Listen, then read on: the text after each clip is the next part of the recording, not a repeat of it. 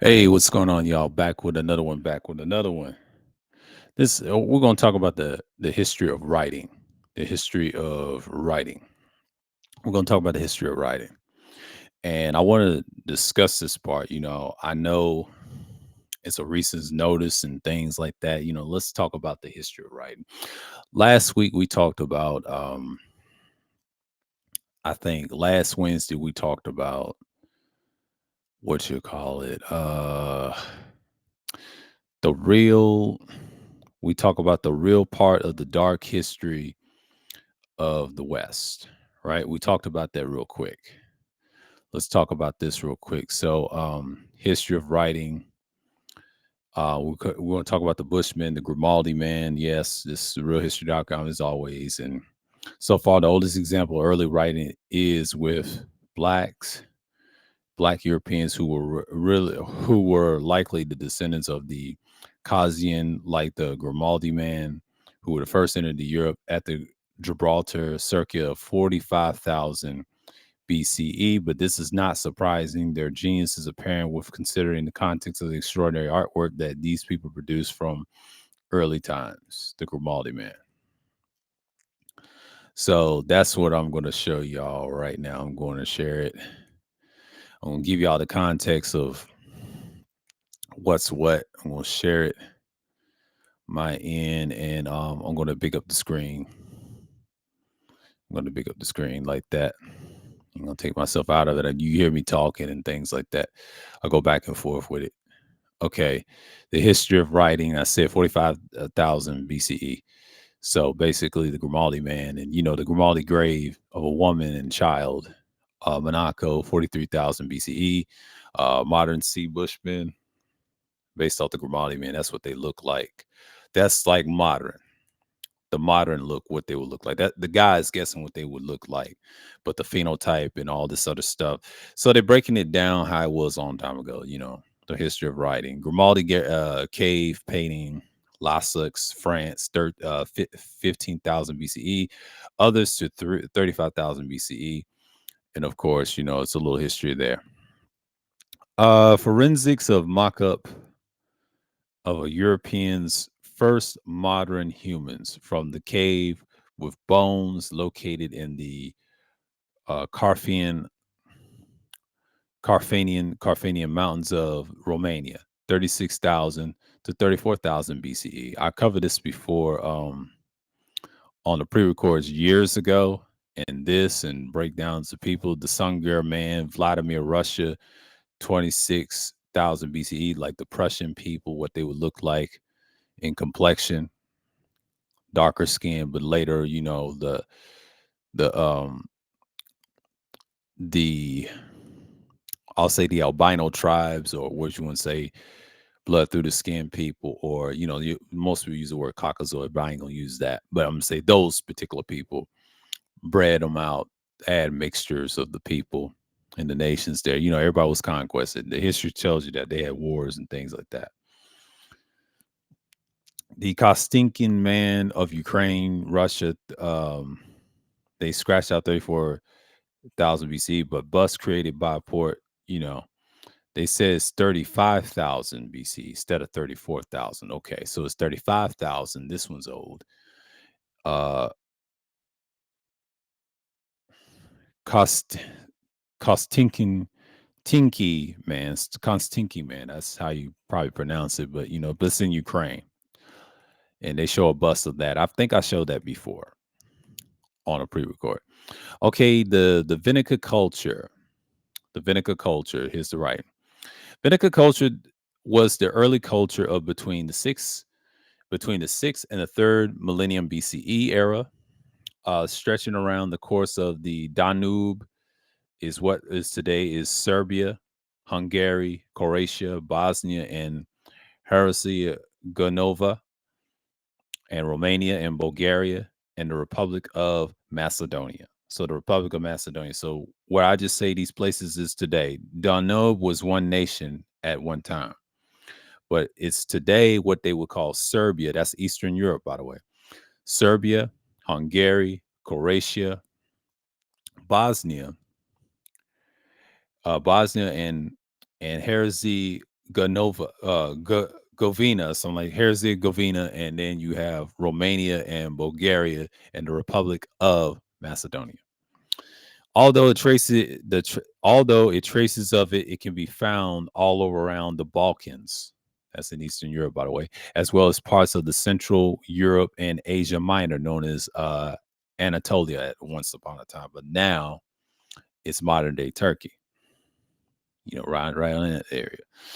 An older Star Cave settlement located the deepest layers of the Vinica sites. Mud huts with tents, roofs were discovered in which of the settlers of the Star Cave culture lived and were also buried during the period of the Vinica culture. Houses were erected above ground with complexes agricultural layouts and several rooms built of wood that were covered in mud. But the houses in the settlement are facing northeast and southwest with streets between them. Other settlements. Divestin, Bosnian, Selvik, and Patinik, Priodonic, Libric, and Uve, or something like that, Uvare, or something like that. These cultures, including the areas that they was in. That's what I was pronouncing, but I'm sorry I butcher it, but that's how it was spelled in a way. But recent evacuations, the sites of Poly, is it Polyphonic settlement has shed the considerable light of the Vinica culture.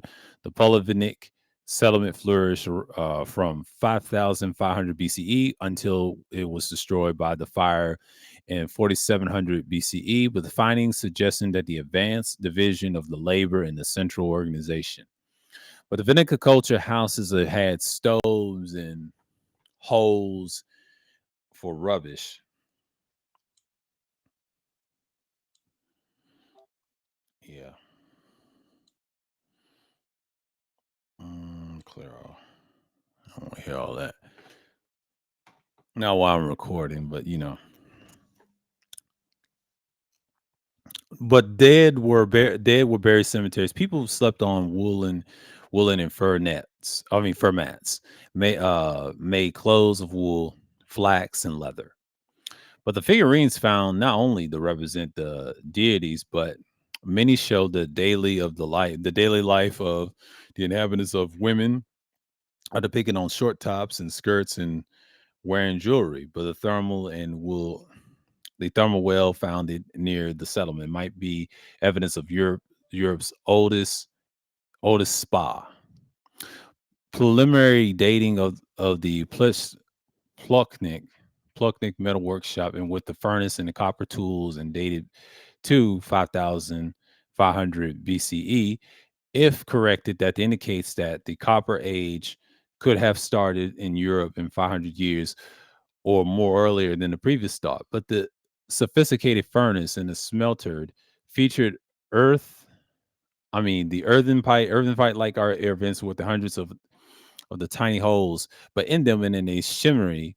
But the ensure goes the air goes to the furnace into the feed of the fire. But the smoke comes out away from the workers, but the copper and then workshops found elsewhere. But from later periods, let's say later periods through the Incas and the beginnings of the Copper Age, were less advanced, didn't have chimneys and workers there, but had to blow air on the fire of the bellows. And the Vinica people left the little signs of the language, which may isolate from any languages existing today.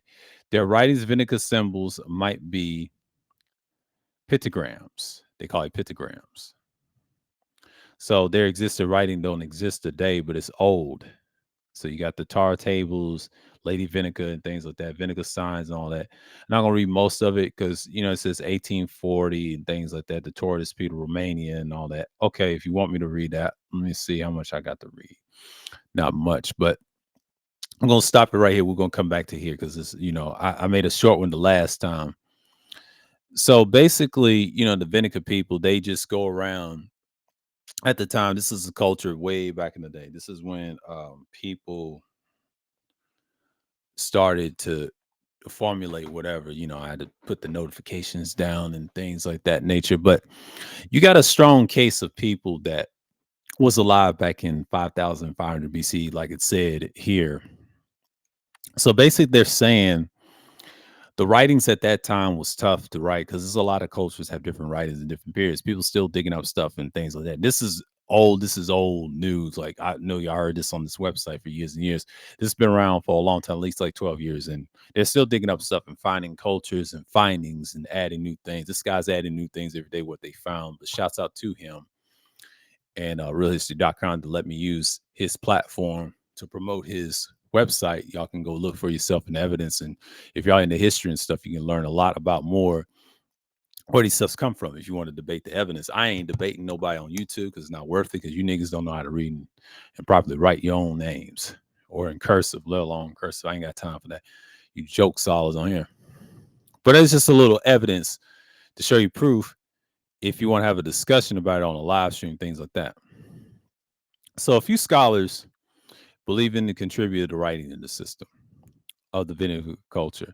They said the Vinica Torta script and the old European script, and it says finals and prehistoric articles in southeastern Europe. Okay, that's what it says. Okay, but in 1875, the archaeological evacuations led by the archaeologist Zonia Turma, 1840-1899, at Tordos, today Tordos, Romania, unearthed the cache of objects inscribing with the previous unknown symbols. In 1908, the similarity cache was found during the excavation conducted by the Milish Veshik, 1869-1956. But in Vinica, in suburb of Belgrade, Serbia, some in 122 kilometers from Tordos, but later one more fragments and were found in Vinia and southern part of Belgrade. Since the over and 100 of the 50 Vinicates and haven't identified as many, all the stuff right here. So, yeah, it's enough of that Hungary, the nomadic, and all that stuff. So, I'm going to show you the evidence of the Dispelio tablet. Dispelio tablet. Okay. I'm just going to skim through. I'm not going to read a whole lot, but I'm just going to show you what's what. Yeah, I just want to get that feel. And I read a little bit of that. So, you got the tablet around, it says wooden tablet being inscribed, symbols dated between 7,260 to 5,250 BCE. So 7260 to 5250 BCE. This is like before our era, okay, the CE era, the modern era we're in today. The table was discovered in Dupilio Lake settlements in northern Greece. So this is in Greece, by the way. You see the writings, inscribed symbols of the tablets. That's how they wrote back then. That's their alphabet and their vowels and you name it. See, they had tablets back then, stone tablets. So the true writing, we'll go with the true writing. Okay, the true writing, the entire content of a linguistic utterance is encoded so that another reader can reconstruct with a fair degree accuracy the exact utterance with the down in his later development in this distinguish of the proto as the proto writing in the latter typical avoids encoding grammatical errors and affixes, making it difficult or impossible to confidently reconstruct the exact meaning intended by the writing, and unless a great deal of context is already known in advance. That's what true writing is. Okay, that's what we explain what true writing is. And it's generally agreed that true writing was invented independently between 2 and 5 times in the ancient world. They call it the ancient world. It is universally agreed that the writing was developed independently. It was. That's why it's hard to fix stuff. You have to go by that evidence. In at least 2 places, Mesopotamia, what you would known as the so-called Middle East, it's actually part of Asia. And in the Asia fault, like there's no such thing as Africa. Africa just means cold without fear. It was named after Scipio Africanus. I'm going to talk about that. Why is the name Africa, and then the Punic War and all that. I'm going to talk about Hannibal on the next segment, break down Africa, how it got its name, and all this other stuff. And I'm going to back up with some evidence with the Punic Wars and stuff like that. It's going to be a little long one recording. Not a little long, but it's going to be longer than the recording. I'm going to be talking in between and all that. I might do a part 2 on that and extend it and whatever. But you get the gist. Specifically the ancient Sumer. They call it ancient Sumer at the time, but it was in the land of Mesopotamia, like Babylon and what you call modern so-called, but it's actually Israel, but what they call Israel and Palestine and all them areas. But it's up in there. But it's the upper fault of what you would call Africa, but it's actually Asia because it's a whole land. It's a different type of Asia, but that's a whole nother story on that. I have different viewpoints on that, but we're gonna stick to this man's information, what he said, and it's about accurate, how you look at it today. Because I'm talking modern now. I can't talk in code like this and this. I talk a little bit of code, but I talk in modern. So it's not no dogma or anything like these idiots were saying. But no, I'm going by what the facts he's saying here. So I ain't preaching that nonsense that these niggas be doing online. I preach the truth over here and accuracy what it says over here. Mesoamerica, which we're not those people. I have a different view. I say we were the pilgrims. I don't believe we're indigenous people. I don't believe that. And we're going. The more they dig, the more they know who we are historically. It is debated whether the writing was developed completely independently in Egypt and China, or whether it's the appearance of the writing, either or both places, was due to the cultural diffusion. The concept of representing language using writing is not specific of how such a system worked was brought by the traders, but from the already literated civilization. Similar to debate surrounds the script of the Bronze Age and age Indus Valley, the age Indus Valley civilization. We're gonna talk about that sooner or later in this month. We're gonna talk about the Indus Valley and them people right there. Get a good scope of it. In ancient India, with the additional of provisos that the script is still undeciphered. It is still undeciphered, and then there is a debate over whether the script is true writing at all. Some kind of proto writing or non linguistic sign system. And an additional possibility is the undeciphered Rigarangano script of the Eastern Island. Again, however, it is debated whether the system is true writing at all. And if it is, it's whether it's yet another case of a cultural diffusion of writing. That's what he's talking about, true writing. Shouts out to his brother right here, put this together. And, realhistory.com, as always, putting the facts out there, break it down for our understanding of the world. And not only that, just understanding that all cultures have melanated people. We all agree on that. I don't care about who's who. That don't really matter because we know by accuracy and blood DNA, that's going to be next in the near future stuff. This might not be exist future wise. We'll see. We'll see if this country's stable, but conformation script. The Sumerians conformation script is one of the earliest known forms of writing expression, emerging in Sumer around the 3000 BCE, with the predecessors reaching into the fourth millennium. The Uric fourth period. Uh, confume,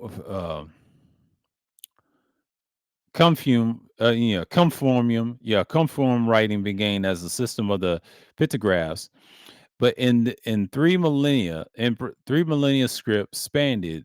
The pictorial represents the became simplified, more abstract, as the number of characters in use and grew gradually smaller from about 1,000 unique characters in the early Bronze Age to about 400 unique characters in the late Bronze Age. But the original Sumerian script was adapted for the writing of the Akkadian, Egyptian, Abiyite, Elamite, that's the East Indians, by the way, Hittite, Luduan, Hattic, or the Hattian Empire, Hattic or Hurrigan, and Eurytanian languages. But it's inspired the Ugaritic and the Old Persian. The Old Persian, they said the Ugaritic and the Old Persian alphabets. Conformium writing, Conformium writing was gradually replaced by the Phoenician alphabet. It was replaced by the Phoenician alphabet. That's about right. During the Neo Assyrian Empire, the Neo Assyrian Empire, and by the second century CE, they call it AD, but we call it second CE over here. Second CE over here, but the script had become extinct. The script had become extinct. But the conformium documents were written on the wet clay tablets by means of blunt reed for styles, but the impressions left by the styles were wedge shapely, but it gives the rise of the name conformium, the wedge shape, from the Latin conums, meaning wedge. So this is called the wedge script, by the way. The wedge script is wet or wedge. It's actually wedge script. Okay. This is Gidia Lagash. If you go by my old pre-records of Sumerian people or whatever, if you find the old recording that I did on the videos that you find the oldest ones, you'll see me talk about the Sumerians. I've talked about them years ago, and you can find that clip and watch it and enjoy yourself and see what you think. I discussed them years ago, and I had pictures of them on my old devices that I had at the time, but that's a whole nother story on that. So the Kish tablet inscribed with the proto conformium known as wedge pictograms 3500 BCE. That's what they wrote. Their little symbols, their little signs, what that means, and code. And that's their culture and writing in Samaria and things like that. I talked about them in the live stream too. You can watch on my dark history streams. You can see. Okay, Sumerian pictographs. These are Sumerian writings, pictographs. I think that's a fork, garden, or something, or certain symbolisms, and that's how they wrote. That's how they communicate in code. And you also got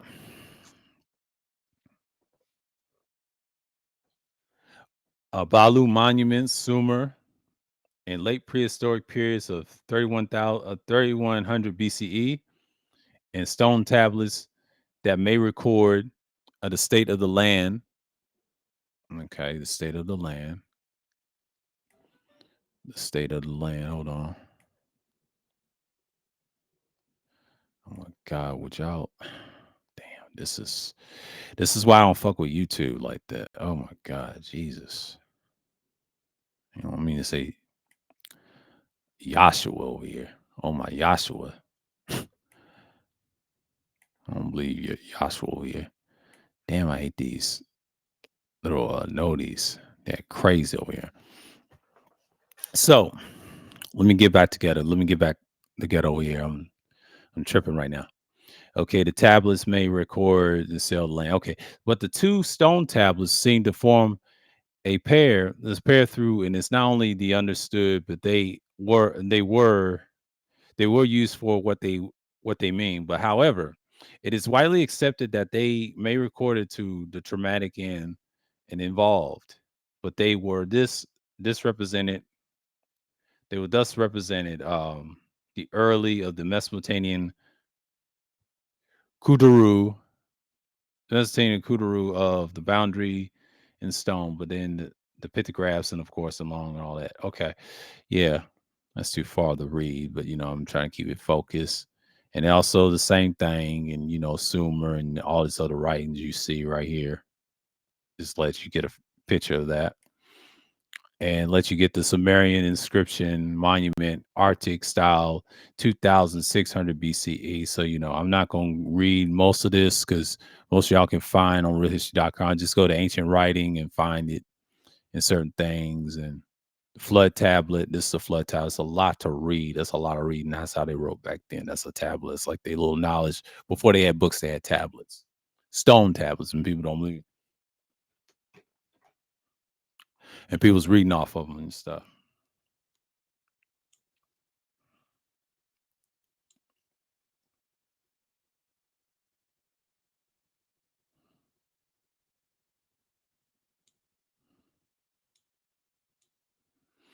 And then that's how you look at it.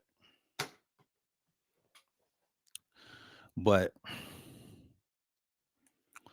the flood tablet relating to the epic Gilgamesh from Navia, northern Iraq, which you call Iraq or Neo-Assyrian 7th century BCE, but the most famous crucifixion tablet of Mesopotamia and the Assyrian king Ashurbanipal. See, I talked about him in the Dark History streams back in 2021, 3 years ago, and we talked about them, and I did pieces on them on every Wednesday and talk about historical stuff. It's a lot of distractions at the time, but you get the gist of what that stream was about. The Babylonian Conformium alphabet. This is their alphabet, and they have what they talk about their alphabets, how they talk and how they read and things like that. Everybody was learning different alphabets. So I didn't show you this part of the Dark History Channel. I'm showing you a piece of it. And that's it on the Babylonian and also the Sumerian culture, then the Gilgamesh periods and their writings and the Conformium known as the Wedge writing. Okay, you got the Shang China. Shang China. That's their little history. Chinese written characters began a little pictures representing objects. Later representations of abstract thoughts appeared, and later still they were modified into um, phonetic characters, modified into phonetic characters. As the time went on, these characters themselves became more simplified and abstract, so that today they are now symbol and bear little resemblance to the original objects they represent. The markings may be the writing found in objects dated to 7,000 BCE at the Jayahu Neolithic.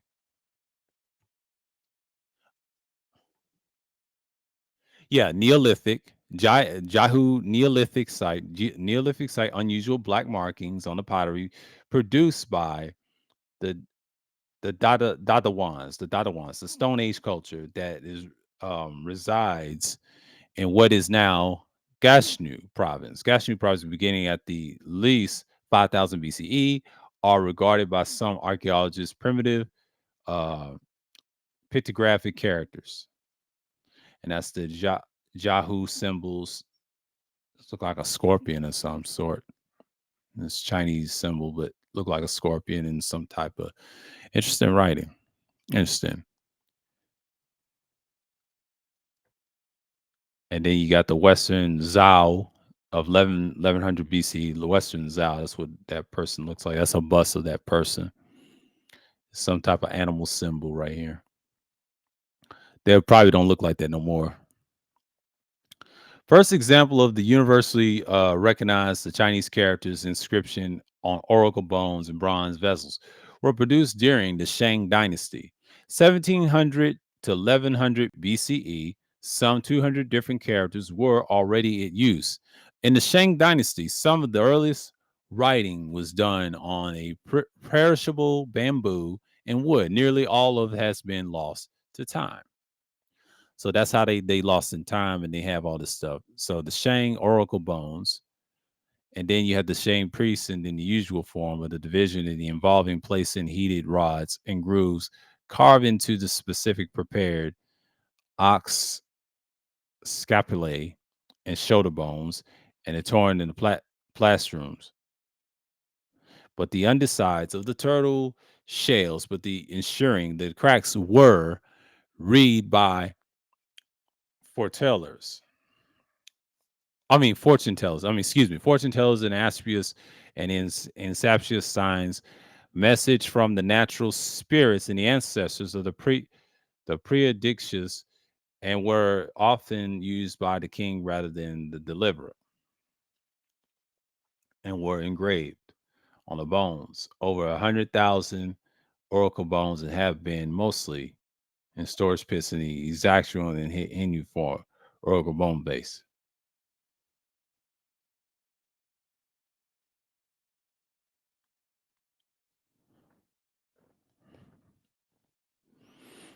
And then that's the superstition in writing, held at the very high and put in the lives in ancient Chinese.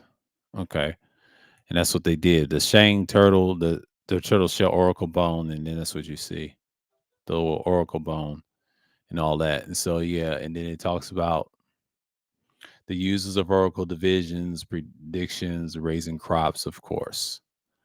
But I ain't gonna read the rest of that. Y'all can find that on your own. But the Egyptians, I'm gonna skim through because I ain't gonna go a whole lot. So it talks about the Egyptians, Egyptian writing, proliferate artistic traditions of the Egyptians, for example, simple of the Gazarian pottery for 4000 BCE resembled hieroglyphic writing. For many years, were known as the hieroglyphic inscriptions was a Narmar plethylate found during the excavations at the Hieroconpolis, Hierocopolis, and Juan Amar in the 1890s and things like that. And 32,000 BCE, of course, they talk about all that stuff. I know about the Egyptian. That's a whole nother topic on that. I did that on a live stream talking about ancient Egypt and things like that. Everybody knows about that. That's been overdue so many times. I'm not going to debate fools on that. And that's their pottery from 3,500 BCE and all the other stuff. And I'm not going to read a whole lot, but that's what the hieroglyphs, what they shown what the Egyptians do to people and things like that. Consists of three kinds of glyphs: phonetic glyphs, including single consonant characters that function like an alphabet; logographs, representing morphemes. I mean, morphemes or something like that. Morphemes and morphemes. Determinatives, which narrow down the meaning of the logographs or phonetic words. So the ivory phone, King Din sandal label, the Egyptian and the domestic. Okay. So, okay, that show you the king and all that domestic views. And so that's like 2985 BCE. At that time, it's a long time. The early dynasty, early Egyptian, early dynasty at that time. It's hieroglyphs and things like that. Y'all see them on the symbols in Egypt. Y'all go travel in Africa. Section of the papyrus. They had the papyrus back then. And the papyrus is old writing style. And the cursive hieroglyphs, they're cursive. And then you have the Annie showing. Yeah, Egyptians got a lot of history. You find a whole lot of stuff on there. Edwin Smith with the papyrus written in hieratic and then things like that. So you got a lot of this stuff going on here, writing, and then that's how they really wrote. Scribes and Plaflet 18th dynasty and things like that. But we will talk about the Indus Valley civilization. That's going to be a future topic. Indus Valley period. They got a culture of that, and then we're talking about the writing and things like that nature. And this is the stuff that you look at for whatever reason that y'all focus on. So I'm just not saying that to be what you know.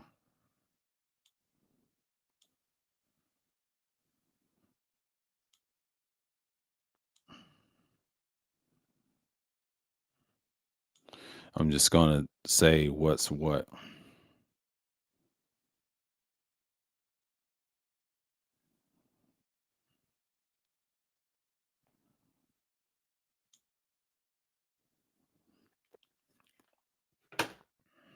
Got a lot of weirdos on here on X. Let's see how much time we got. Oh, 34. Okay, we're gonna wrap this up. We're gonna wrap this up and see. Okay, Indus Valley. The first Indian script developed in Indus Valley around 2600 BCE, but it's still not fully deciphered. Thus, it is still impossible to fully understand the civilization as we have no readable records of their later Indian scripts, like the Brahmi and the Kashrati, which was developed to where both official local languages. They're still searching, they're still digging for that information over there. Shouts to the old boy over here. Great epics and royal inscriptions, religious texts, and administrative documents were all written using these scripts. But through the sources, we are able to learn about the literature and mythology, history, and beliefs in ancient India. So ancient India seals are addressed where, they say, but I'm not going to go into that. Indus Valley, 2500 BCE. So that's the bronze figure of a dancing god to the Mohenjo Daro. Mohenjo Daro. I talked about this on a live stream once, but we're gonna talk about this in recording. So yeah, the Cretans, the Minoans, the the Minoans or something like that. Minoans. This is basically Crete. This is like somewhere in Greece. Cretan hieroglyphics. This is kind of like the Etruscans type people, things like that. So I'm not gonna get into that, the writing and all that. Their writing is this basically. So it's been around the Bronze Age, the Minoan Crete. So yeah, this is a little history of that and the writing, history of writing. Etruscans and things like that. I don't know no graphic. Okay. Etruscans will be like this. Etruscans right here, the ancient, this is in Italy and things like that. They're related to the Cretan and all that. So let me stop it right here. Let me see if I don't want to get popped because dude has some wild stuff on here. Because I don't want to show no graphic sexual stuff on here because you know how it goes. But then okay, good. We're going to the Etruscans and then we're going to Phoenician alphabet. So the Etruscans, we go a little bit of that. It's a little bit of stuff that you get into, and we're going to explain it away. So let me go here real quick. All right. Etrusca's great ancient language of the culture in Italy does not survive in any great literary works, but Etruscan religious literature did exist. Evidence to suggest that they were the most historic literature, drama, as well as known, for example, its name of the playwright of Lonius. Obscure data who wrote the Tuscan tragedies. Although there is no evidence of the notations, it is possible that the Etruscans' music was written or written in written form. And of course, the false history whites, they say so-called whites use, as usually destroy writings of the ancients. Of course, they always do. Shouts out, old boy again. The Etruscan books in the cold individuation and collected, in turn, burned in 5th century CE. So yeah, it's Etruscans. I've talked about them a little piece by piece. They're a little wild. I have to be careful because dude has some wild stuff on here, picture wise. But the culture, and I'm reading, and we're going to talk about those people. I might save a picture or two to get to, and then they talk about the white Greeks, talk about the albinos and all that. Explain that. Yes, we explain that. Greek Dark Ages, and shouts out to boy breaking that down. We're gonna skim right through that. The Romans, of course, you know how that goes. Alphabet. So you got the Phoenician alphabet right here. This is the Phoenician people right here, and then boom, boom, boom. So the alphabet, they have 22 Phoenician letters, by the way. That's how it was back then. So we go right here and all this other stuff. Just skimming through, but that's their alphabet right here. You got vowels and everything, what it means and all that. Then you got the Olmec civilization. Stone block discovered the Olmec heartland of Veracruz, Mexico, contains the oldest writing in the New World. It's the oldest writing in the New World. Says it's the international team of archaeologists, and they say it's older than everybody, which is not true. It's part of the first millennium BCE.